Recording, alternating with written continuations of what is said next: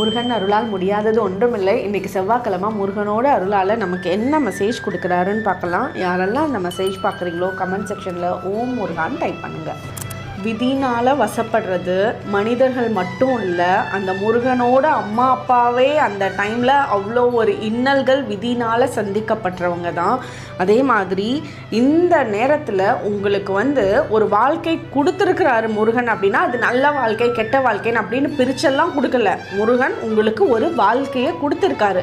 சில இன்னல்கள் வரலாம், ஆனால் அந்த இன்னல்களை தடைகளை உடைச்சி அவரோட பிளெஸ்ஸிங்ஸ்னால அது அருளாக மாறக்கூடிய அமைப்பு இந்த வாரம் ரொம்பவே நல்லா இருக்குது.